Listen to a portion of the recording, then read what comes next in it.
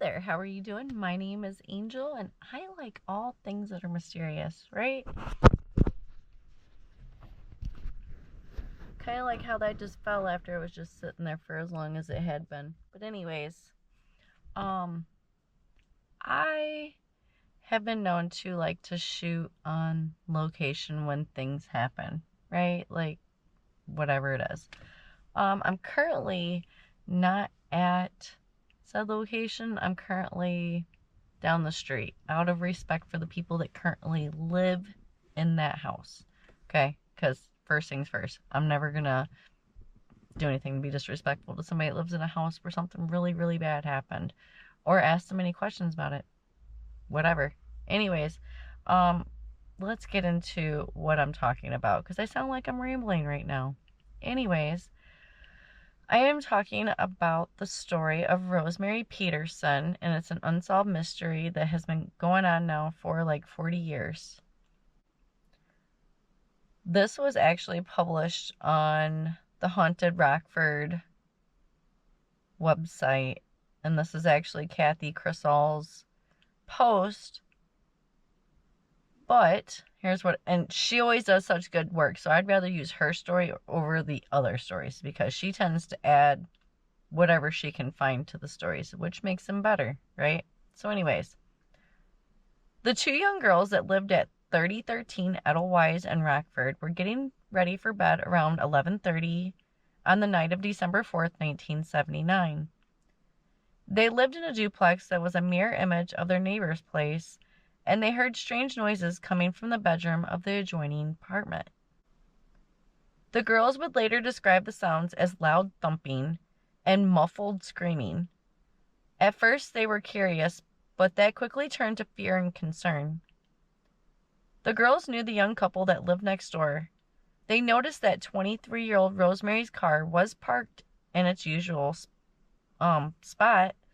Rosemary lived in the apartment with her 23-year-old fiancé, Willard. The girls noticed that his car was missing from the parking area. They figured that Willard was working late and Rosemary was home by herself.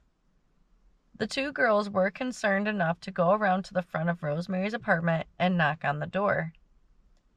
They called out to the girl and asked if everything was all right. A man's voice answered saying, "Rose and me just had a fight."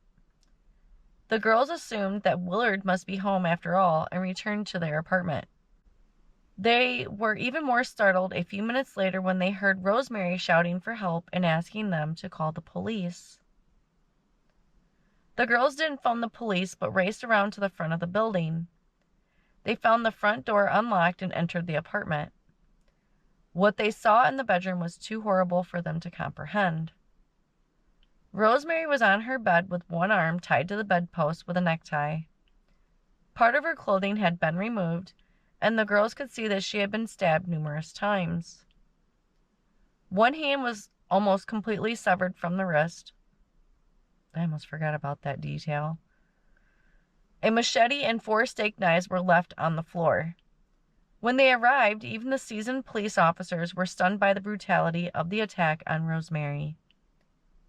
The fact that many of them had sisters or daughters the same age as Rose made them even more determined to catch the man who had hurt her. Rosemary was taken to St. Anthony Hospital where the doctors rushed her into surgery. Though they worked on her for hours and gave her 50 pints of blood, Rosemary died the next evening without regaining consciousness. The injuries inflicted on the pretty girl were horrible to see. Her cause of death was a blow to the head and the massive blood loss she sustained from her injuries. Everyone who knew Rosemary couldn't believe that the beautiful and bubbly girl was gone.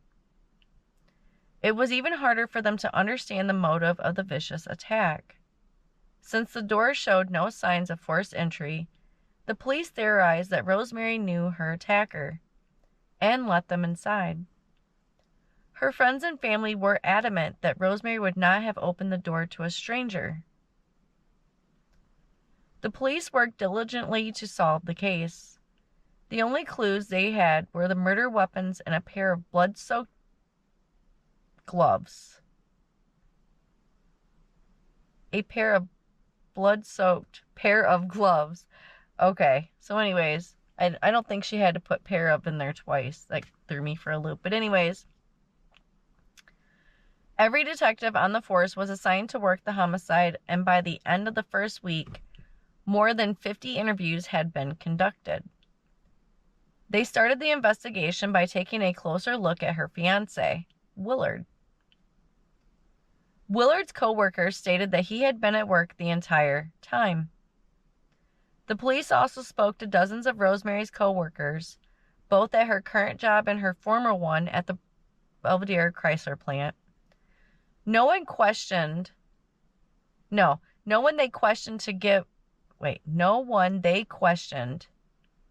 to could give them any insight into the case. Anyways, none knew of any motive for someone to hurt the popular young woman. People in the neighborhood were frightened by the attack, and many replaced locks and armed themselves. As police worked their way through the quiet streets in the surrounding area, they noticed other emotions as well. Some of the neighbors felt guilty that they hadn't heard the life and death struggle that was taking place mere feet away from where they had lived. Other people living in the area were angry that someone had come into their safe neighborhood and attacked one of their own. They spoke of revenge and of bringing the man responsible to justice. But that justice would never come. So this was back in 2019 that this post was made. So in 2019, that December was the 40th anniversary of the attack of Rosemary Peterson. So now it's been 46 years, right? Yeah. Police have spent years working through the theories and rumors.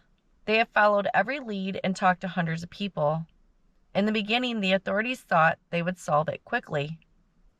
They were sure that someone would talk, whether it was the perpetrator bragging or someone he had told about the vicious attack. How did they know it was a he, though? Oh, because of the yelling, that's right. There was new hope in 1981 when Police Chief Delbert Peterson brought Crime Stoppers to Rockford. Rosemary's murder was featured along with several others. A reward was offered and a dramatization of the crime was shown on local television stations. No new leads surfaced. Hope for a solution has all but faded now, and as of this writing, no one has ever been held accountable for the brutal attack on Rosemary Peterson. The newspapers haven't mentioned the case in a while, but Rosemary's case is remembered on the Illinois Cold Case Files on Facebook, which is where I originally seen it at, and through the Crime Stoppers website at the www.rockfordcrimestoppers.com. Anyone with information of Rosemary's murder is urged to call the Winnebago County Sheriff's Police Detective Bureau at 815-319-6400 or Crime Stoppers at 815-963-7867. And on that note, I am going to do a drive-by, I think, and hopefully that woman's not out there. If I don't see her out there, I will try to get a drive-by footage of it. If not, I'll find pictures online. That's always a thing. But I feel like I'm close enough. I gave that woman her privacy, and I'm still close enough that it makes more of an impression than it does at home in my driveway. I'm just saying. But anyways, on that note, I hope that you guys have a good rest of your day. I appreciate you so much for watching this video. And if you like this video, go ahead and give me a thumbs up. If you would like to see more videos like this, go ahead and subscribe. And as always, I really do appreciate you, and I will definitely see you in the next one. Bye.